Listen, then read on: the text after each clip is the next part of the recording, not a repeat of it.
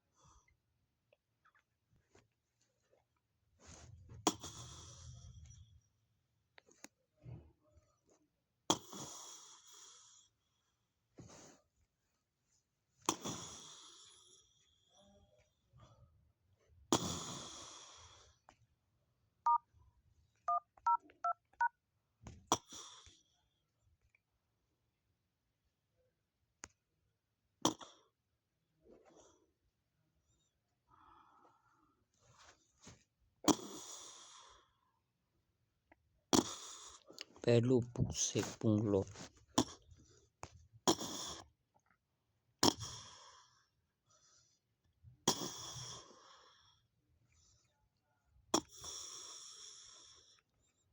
ข้อมูลการจดจำการพัฒนาประกอบคำอธิบายใบทะเบียนบ้านบัตรประชาชน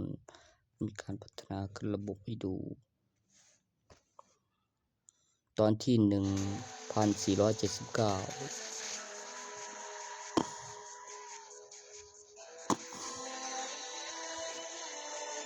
รวมถึงการจัดการมอนเตอร์แล้วถวายและประโยคคำว่าถวายแล้วก็ราคาของ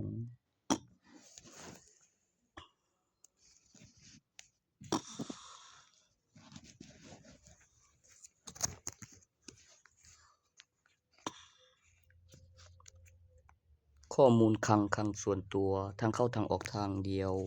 แล้วก็คลังรูปแบบตัวอย่างอุปกรณ์เก็บทรัพย์สินสิ่งของมีค่ามีราคา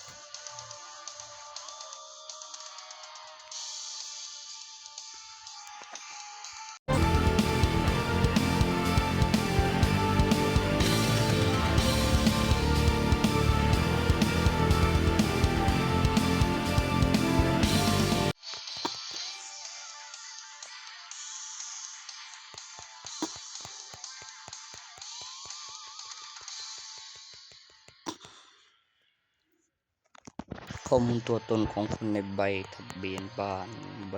นบัตรประชาชนต่อจากตอนที่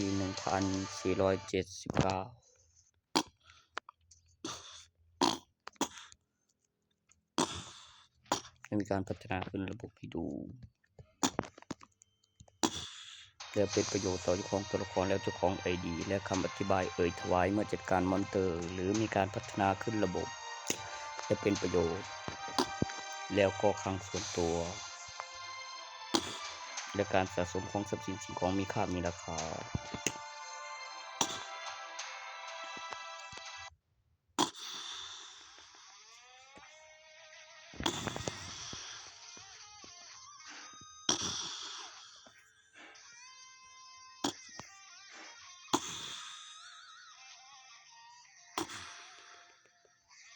แล้วคลังความจริง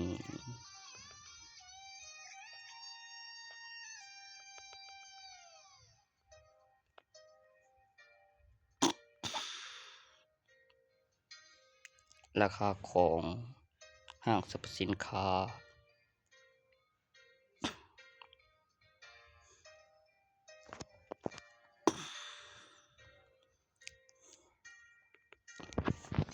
แล้วบินปีเปิดคลังเก็บของ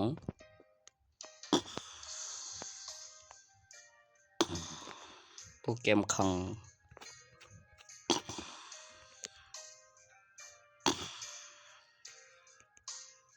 แผ่นป้ายการจดจำการพัฒนาข้อมูลการประกาศกิลด์และประโยคสิทธิพิเศษในมาโครและสื่อสารออกไป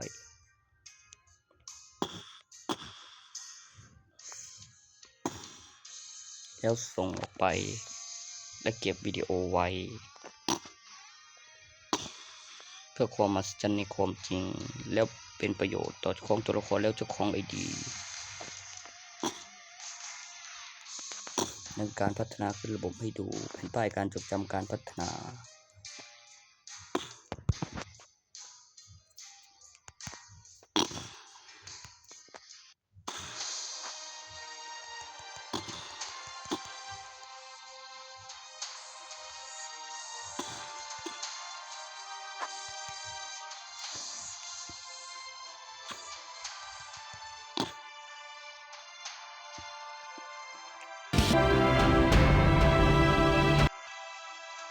เป็นระบบออโต้อัตโนมัติปลุกเสกพิเศษอีกขั้นหนึ่งดีเยี่ยมสาธุในสวรรค์และบนดินเป็นเซนเทวดาดีสำหรับทนจมูกดีโชคดีเทวดาน่าจะรวยประกอบรูปแบบตัวอย่างคำอธิบายการจดจำการพัฒนาที่มีจำนวนตัวเลขที่ทำให้จำได้และมีการพัฒนาขึ้นระบบให้ดูและมีแผ่นป้ายการจดจำการพัฒนาที่มีไว้บรรจุปริมาณของจำนวนตัวเลขของการบำรุงรักษาฟื้นฟูการสะสมของพลังแล้วเป็นเช่นหลักฐานต่อจากหลักฐานและมีเจ้าของและมีการยืนยันตัวตนและมีการลงทะเบียนซิมแล้วมีห้องแล้วตำแหน่งที่ปลอดภัยแล้วกล้องวงจรและการถ่ายทอดสดและการสะสมของพลังที่เป็นประโยชน์ต่อเจ้าของตัวละครแล้วเจ้าของ ID ในความจริงและบินวิดีโอเป็นบินสำรองเพื่อให้เกิดความมหัศจรรย์และเกิดความมหัศจรรย์ในความจริงแอคชั่นวิชาแอคชั่นสกิลจำนวนตัวเลขของประสบการณ์คำอธิบายรูปแบบตัวอย่างของการอัปเกรดสกิลบัฟ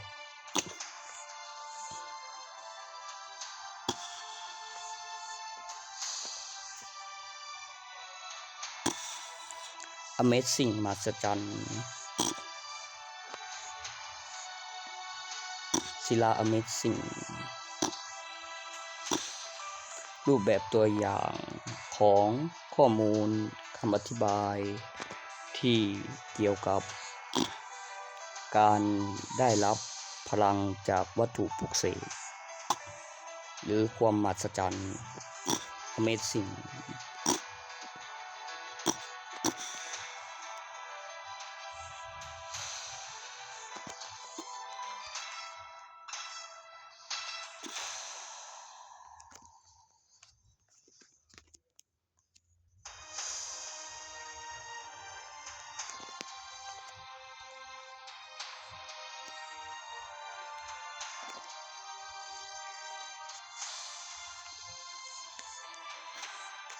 Phoenix So Perfect Auto ดีเยี่ยมผู้สร้างวิชาผลิตแผ่นดินอนุภาพและไกลเสลาแชมเปียนดีเยี่ยมสาธุข้อมูลการจดจำการพัฒนาขณะเคลื่อนที่และเชื่อมต่ออินเทอร์เน็ตสมบูรณ์แบบข้อมูลการยืนยันตัวตนและมีการตอบสนองจากเครือข่ายแล้วลงทะเบียนซิมเลขหมายเบอร์โทรเลขท้ายบัตรประชาชนคำอธิบายประกอบรูปแบบตัวอย่างขณะเคลื่อนที่และเชื่อมต่ออินเทอร์เน็ตอย่างสมบูรณ์แบบขณะมีการพัฒนาระบบที่สมดุลสมบูรณ์แบบมหัศจรรย์ขณะมีการพัฒนาและมีการสะสมของพลังและการเจริญเติบโตภายใต้ชั้นบรรยากาศและมีการสะสมของพลังแล้วเกิดความมหัศจรรย์และเกิดความมหัศจรรย์ในความจริง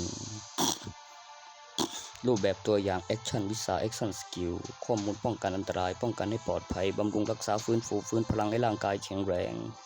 แผ่นป้ายวัดพลังสะสมพลังจำนวนตัวเลขและเป็นประโยชน์และมีเจ้าของแล้วก็บัตรประชาชนแรงดันวิญญาณประโยคปลุกเสกพิเศษในมาโคการประกาศจิว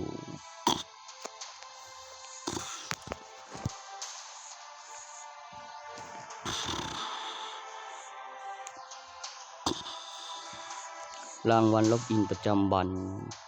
รูปแบบโปรแกรมการทำงานที่ใช้งานได้จริง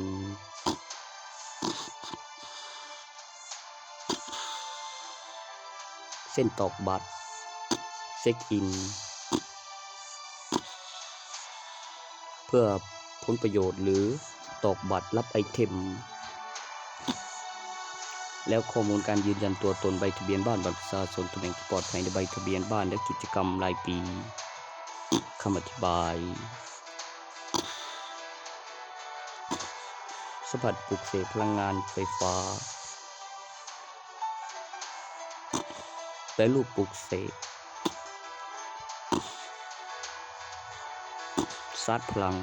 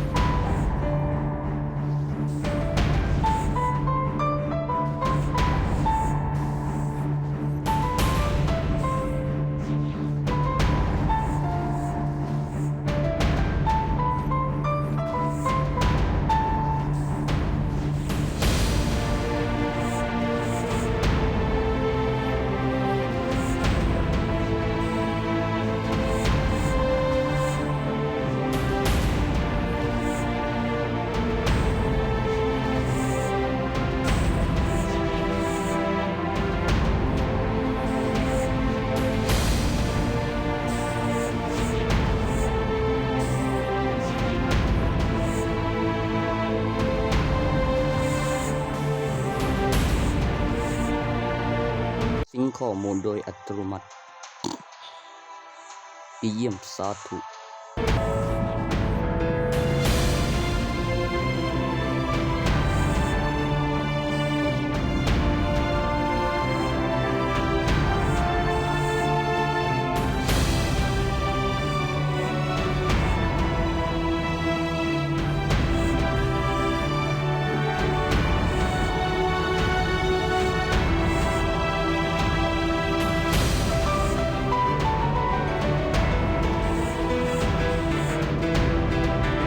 รูปแบบตัวอย่างที่เกี่ยวกับการปลุกเสกแปรรูปปลุกเสกปรุงรสการสะสมเติมเพชรและการได้รับพลังจากวัตถุปลุกเสกแล้วข้อมูลรูปแบบตัวอย่างการทำงานของโปรแกรมที่ใช้งานได้จริงสรรพคุณฟื้นพลังดรอปเพิ่มโอกาส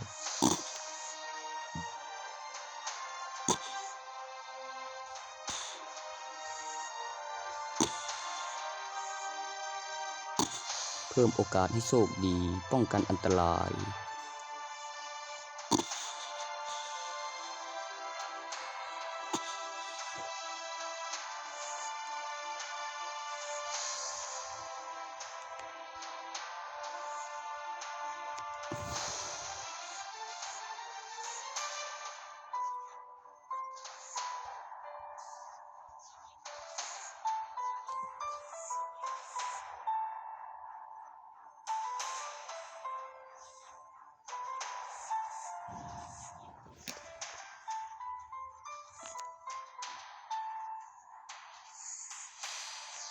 ป้องกันอันตรายป้องกันให้ปลอดภัย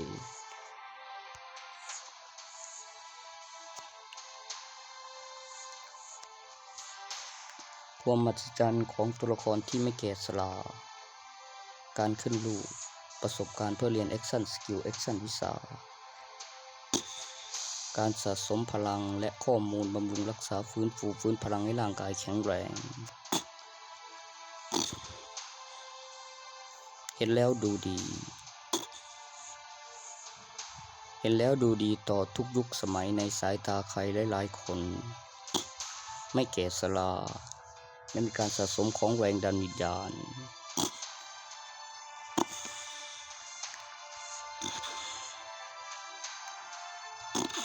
ประวัติลายนิ้วมือการเจริญเติบโตภายใต้สัญญากาศเลขหมายเบอร์โทรเลขท้ายบัตรประชาชน